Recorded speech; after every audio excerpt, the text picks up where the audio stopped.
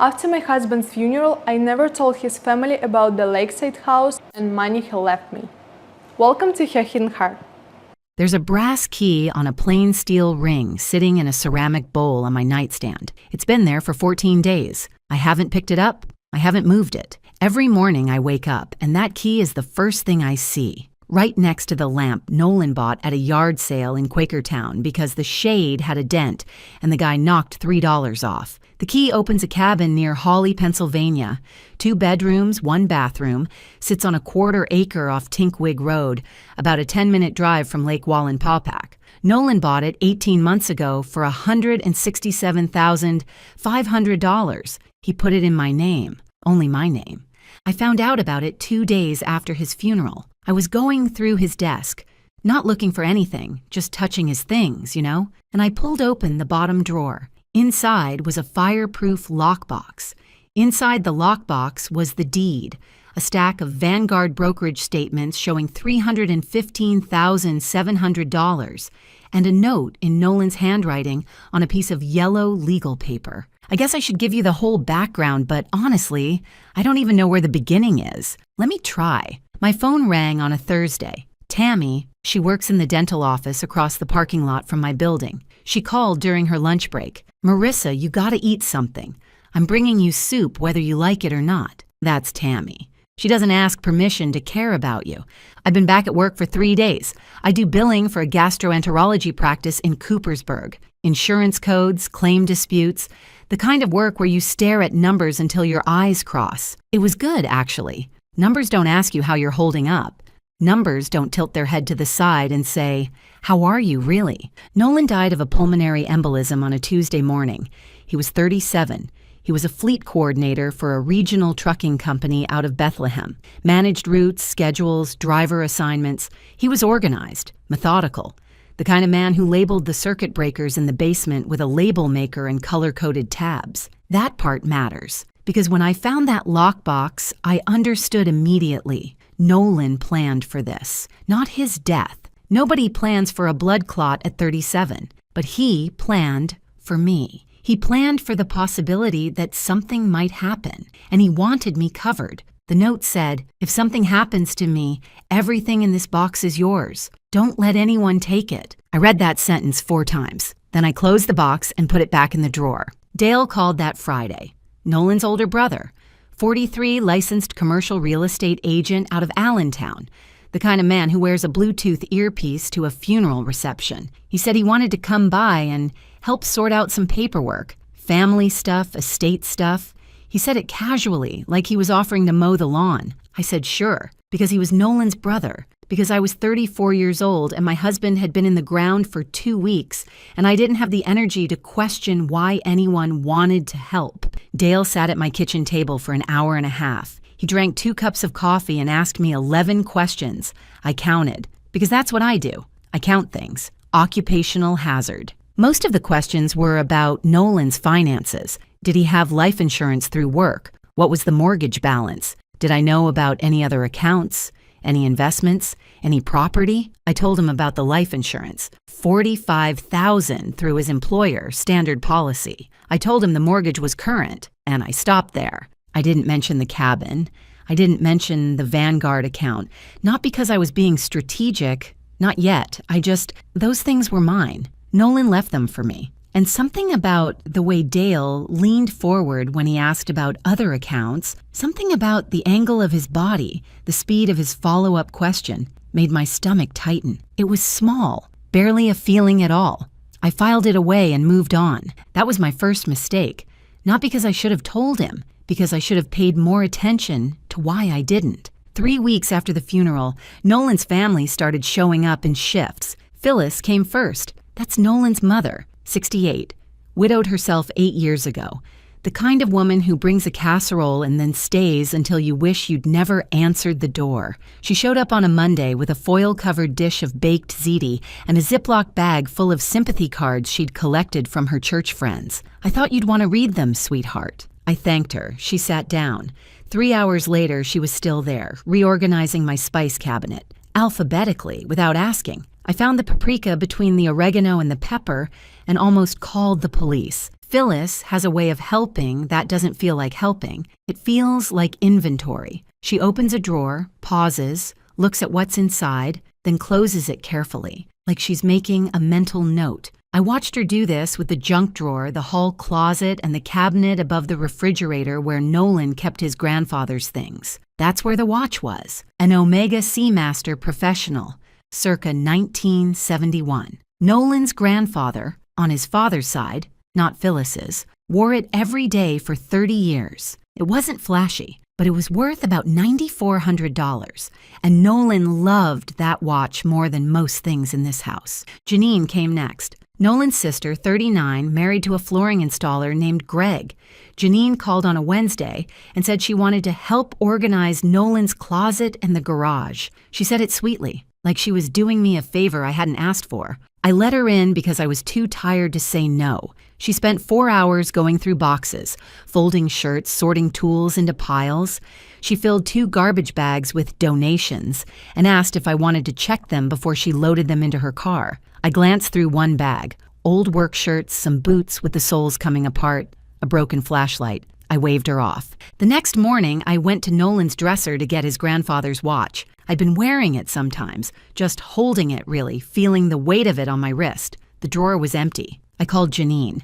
Hey, did you happen to see an Omega watch in Nolan's dresser? Silver, older model, leather band? Pause. Honey, I don't remember seeing it. Maybe Nolan moved it somewhere? It was in the top drawer. I saw it last week. I really didn't touch the dresser, Marissa. Maybe check the garage? I checked the garage. I checked every drawer, every shelf, every box Janine had touched. Nothing. The watch was gone. But I told myself, maybe she was right. Maybe Nolan had moved it.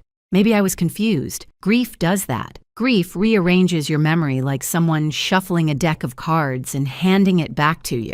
Meanwhile, Dale sent a group text to me, Phyllis, and Janine. We should probably sit down soon and talk about Nolan's estate. There are some financial things that need to be sorted out.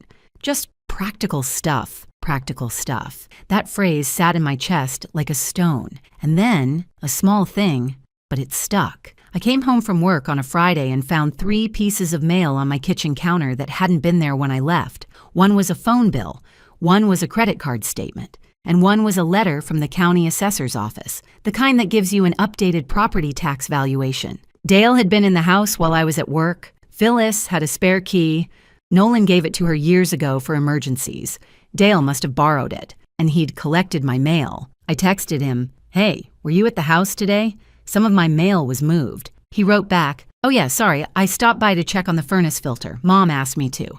Must have grabbed the mail by accident." By accident.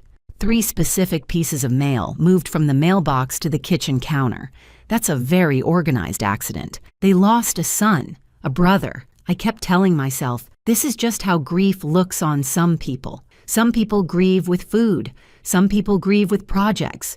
Maybe Dale grieves with spreadsheets and furnace filters. I almost believed it. 5 weeks after the funeral. The temperature had dropped and the trees along Birch Hollow Lane were mostly bare. I came home from work on a Tuesday to find a white pickup truck in my driveway and a man I'd never seen standing on my front porch with a clipboard. Dale was with him. "Hey, Marissa, this is Kevin, a buddy of mine.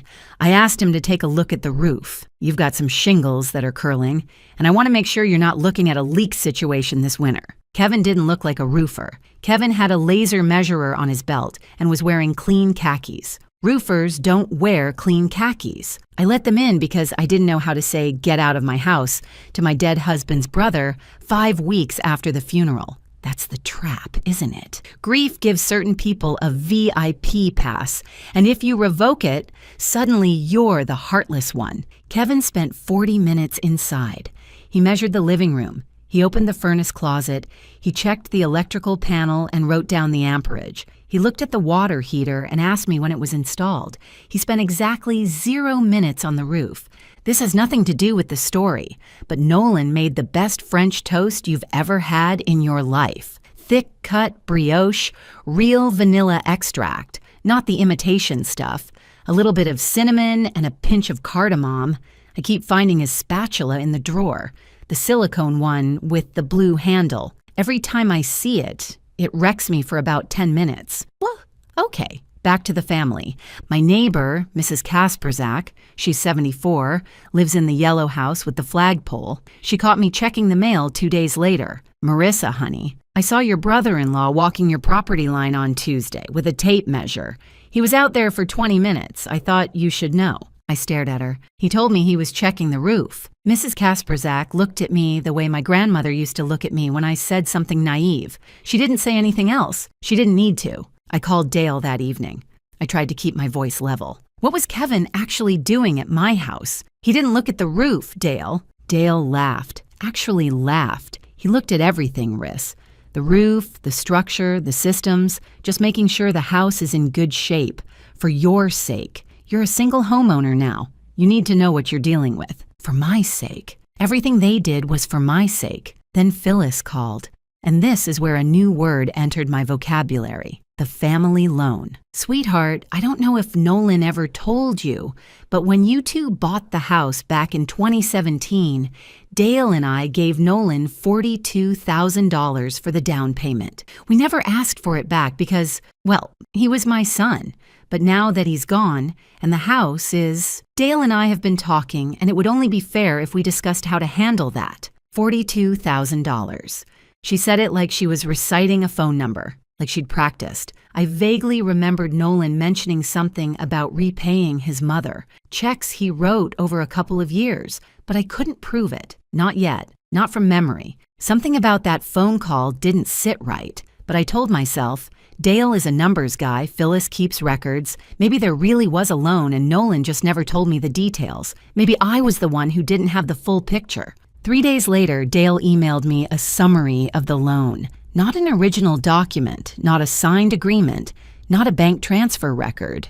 A spreadsheet. Something he'd typed up himself with dates and amounts that looked specific enough to seem legitimate, but had no supporting documentation whatsoever. I forwarded the email to Tammy. She called me within 4 minutes. Marissa, you need a lawyer. I don't want to turn this into a war. Honey, it's already a war. You're just the only one not fighting. I stared at that spreadsheet for a long time that night. The columns were neat. The fonts were consistent. It looked professional. But there was no signature from Nolan.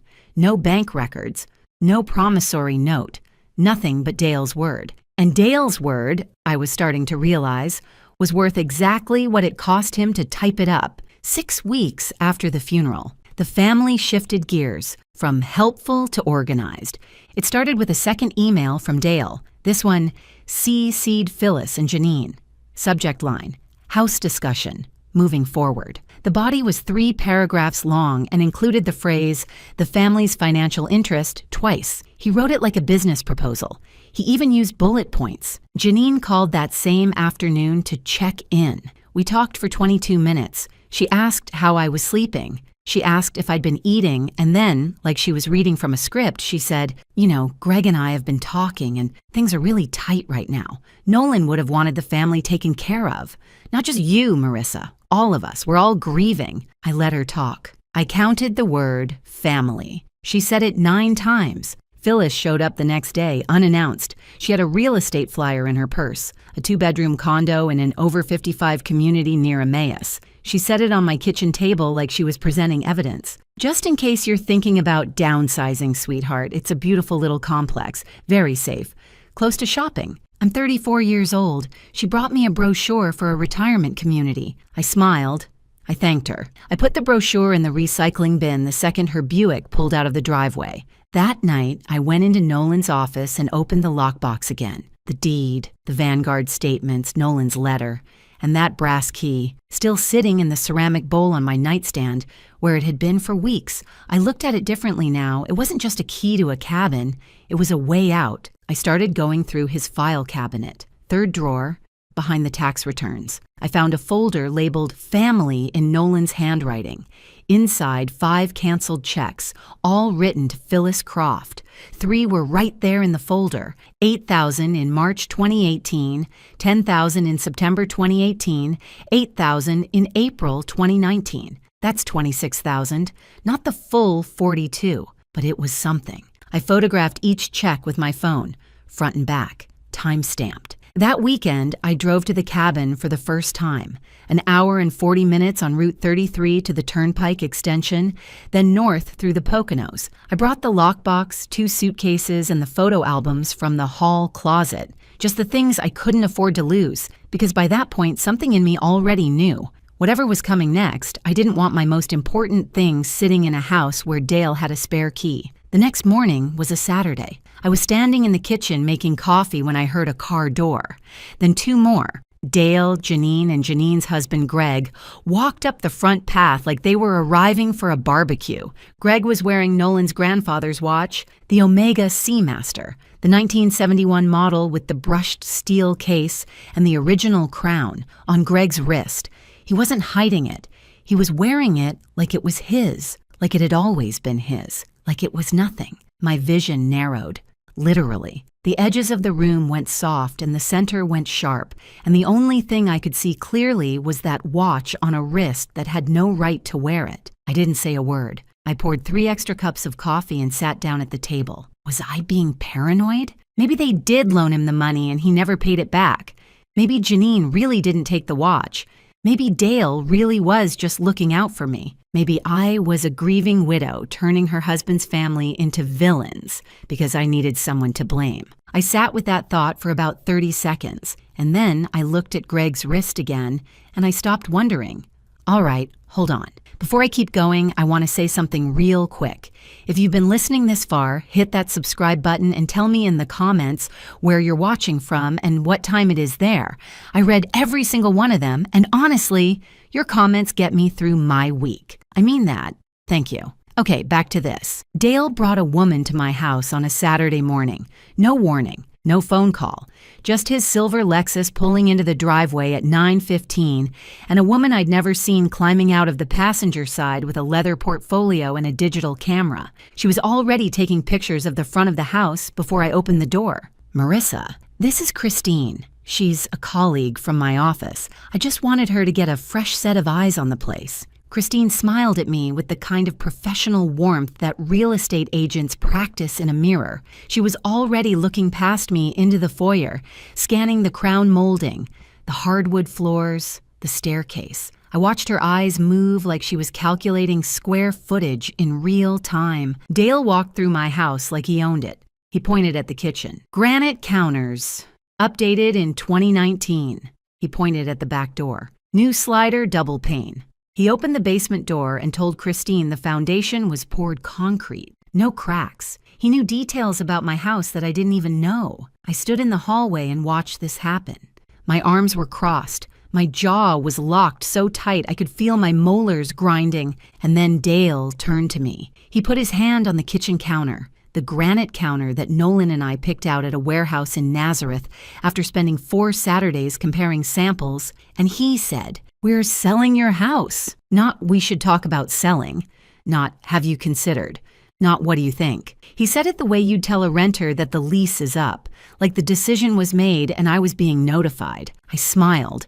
I couldn't help it. Not because anything was funny, because I'd spent the past week loading my car with photo albums, the lockbox, my grandmother's crystal, and everything else that mattered, and driving it all to a cabin that Dale didn't know existed. He was standing in my kitchen, telling me he was taking my house, and half of what I cared about was already gone. Dale saw the smile. He didn't understand it. He kept talking.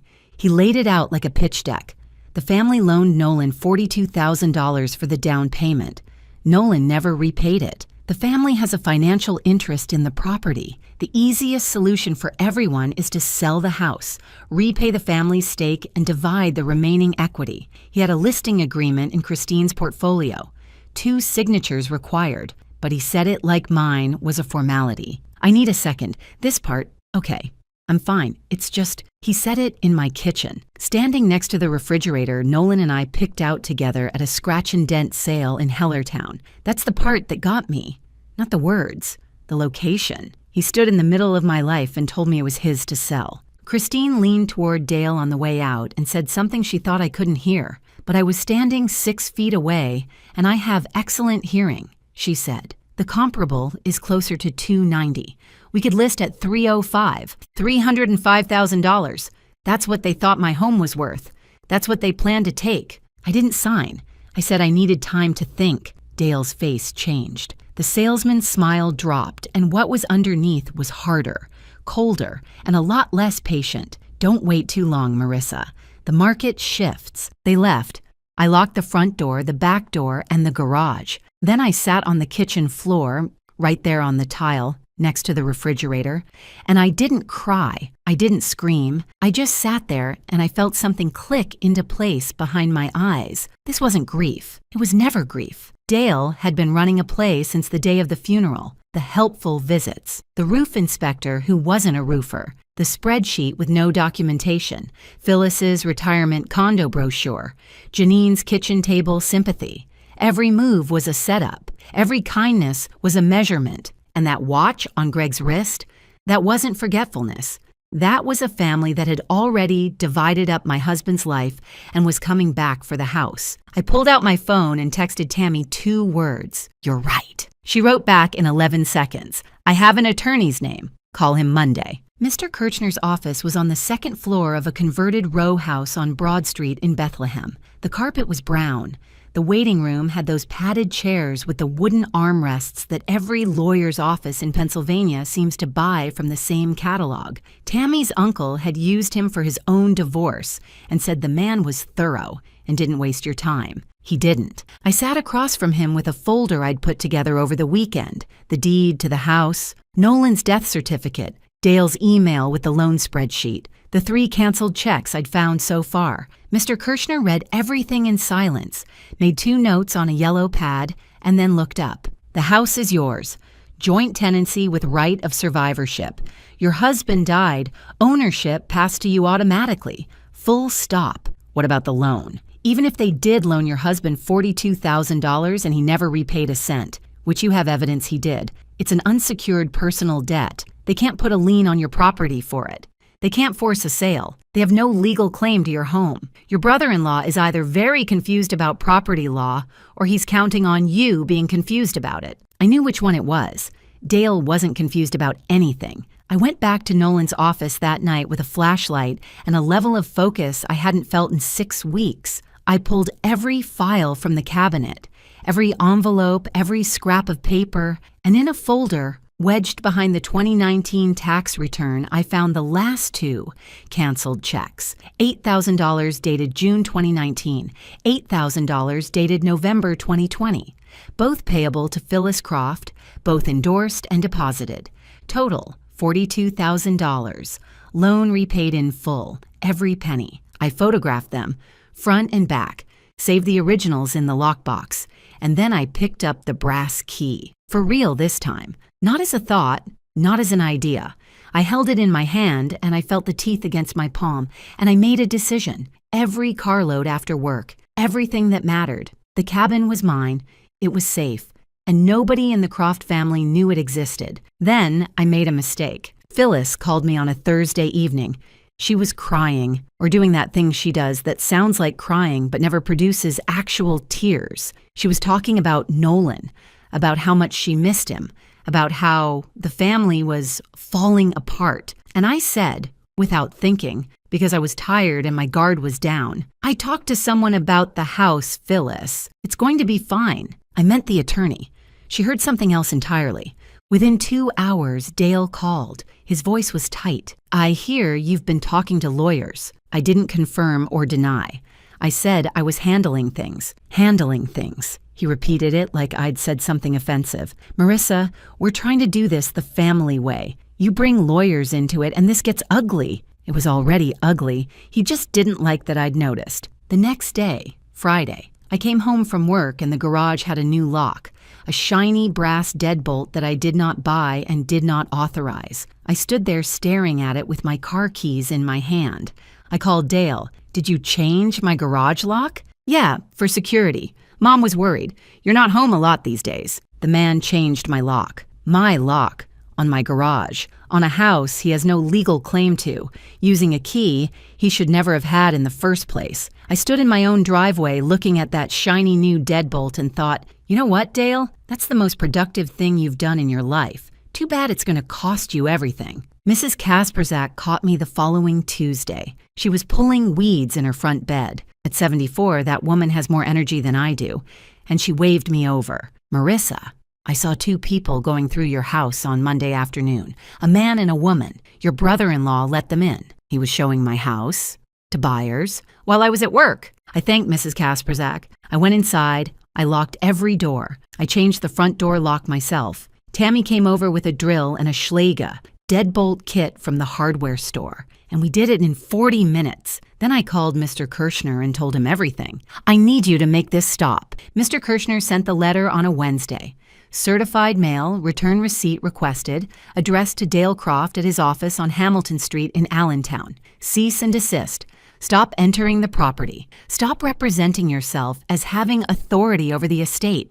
Stop interfering with the property rights of the legal and sole owner. The letter included a copy of the deed showing full ownership had passed to me upon Nolan's death. It included a citation of the relevant Pennsylvania statute, and it included one sentence that Mr. Kirchner added at my request. Any further unauthorized entry will be reported as trespassing. Dale called me 14 minutes after the letter was delivered. I know because I was watching the tracking number. Marissa, what are you doing? I'm protecting my property. This is insane. You're tearing this family apart. Dale, you brought a real estate agent into my home without my consent and told me you were selling it. You changed my locks. You entered the house while I was at work and showed it to strangers. I think we're past the point of family discussions. He went quiet, and then the play I'd been expecting. Nolan would be ashamed of you. Now I know what some of you are thinking. Why didn't she just give them something to make it stop? Write a check for $42,000, call it a day, keep the peace. And honestly, I thought about it for about 3 seconds. Then I remembered that the loan was already repaid, every cent, and that Dale knew it, or should have known it if Phyllis hadn't conveniently forgotten to mention it. I sent Dale one text message. Attached, photographs of all 5 canceled checks. 8,000, 10,000, 8,000, 8,000, 8,000. March 2018 through November 2020. $42,000.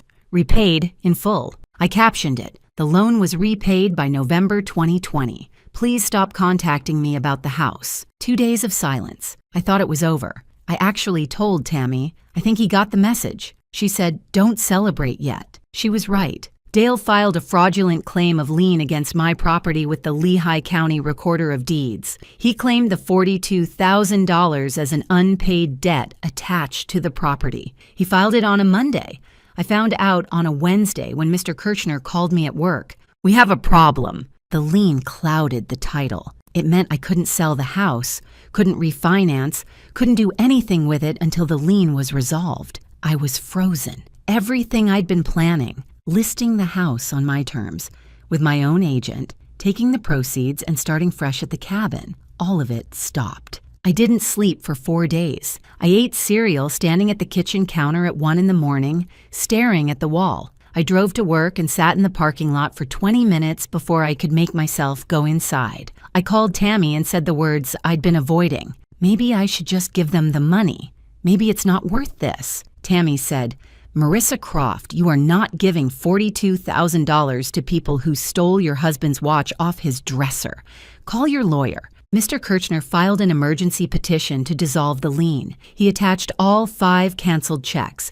He attached the original deed. He attached Dale's own email spreadsheet, which, as Mr. Kirchner pointed out, contained no original documentation, no signatures, and no evidence of any remaining debt. The spreadsheet Dale created to pressure me became evidence of his own bad faith. 9 days. It took 9 days to dissolve the lien. 9 days of nothing, just waiting and brushing my teeth at night wondering if I'd made a mistake by fighting instead of folding. On day 10, the county recorder's office dissolved the lien, and on day 11, I learned what Dale hadn't told anyone. He'd taken out a personal loan, $38,000 from Lehigh Valley Federal Credit Union, secured against his expected share from the sale of my house, a house he had no legal claim to, a sale that was never going to happen. He'd already spent part of it, a down payment on a boat of all things, according to his ex-girlfriend, who Tammy happened to know from her gym. The man sells strip mall units in Allentown. He thought he could flip his dead brother's widow out of her home, take a cut, and buy a boat. In what world? But it gets worse for Dale, because filing a fraudulent lien in Pennsylvania is not a civil inconvenience. The county referred the filing for review. His real estate license, the thing that pays his mortgage, funds his Lexus, keeps his Bluetooth earpiece charged, was now under investigation by the state licensing board. I met Dale and Phyllis at the house one final time. I didn't yell, I didn't cry. I set a folder on the kitchen table, the same table where Dale had first asked me about Nolan's finances 6 weeks earlier. Inside the folder, the deed, the 5 canceled checks, the cease and desist, and the county's notice of referral regarding the fraudulent lien investigation. Dale opened it, read the first page, stopped. His mouth opened, but nothing came out. I looked at Phyllis. She was sitting very still, her hands folded in her lap, her eyes fixed on the folder like it might catch fire. "You lost a son," I said. "I lost my husband, but you didn't lose this house, because it was never yours." Phyllis didn't answer. Dale closed the folder and set it down carefully, like it was made of something fragile. He stood up, buttoned his jacket, and walked out the front door without looking at me. Phyllis followed him. She stopped at the door, turned halfway, and for a second I thought she was going to say something. An apology, an excuse, anything. She closed the door behind her. I heard the Lexus start. I heard the tires on the gravel. And then I heard nothing at all. The cabin smells like pine sap and lake water. Not because I bought a candle, because that's what it actually smells like. The windows face east, and in the mornings, the light comes off Wallenpaupack in this flat white sheet that fills the whole kitchen before I've even finished my coffee. I hung the brass key on a hook by the front door, the same key that sat in a ceramic bowl on my nightstand for weeks while I was too grief-blind to see what was happening around me. It's not in a bowl anymore. It's exactly where it belongs. Nolan's letter is framed on the mantel. His block handwriting fills the yellow legal paper edge to edge. The Coopersburg house went on the market last Thursday. My agent, my listing, my terms. Dale's loan is still outstanding. $38,000 against a house sale that will never exist. His real estate license review is still pending. I don't know how that ends. I don't need to. The last box I unpacked was the one with Nolan's spatula, the blue silicone one. I put it in the second drawer, left of the stove, right where he'd want it. You think this story was something? The next one on your screen might be even crazier. Click it. I promise you won't regret it.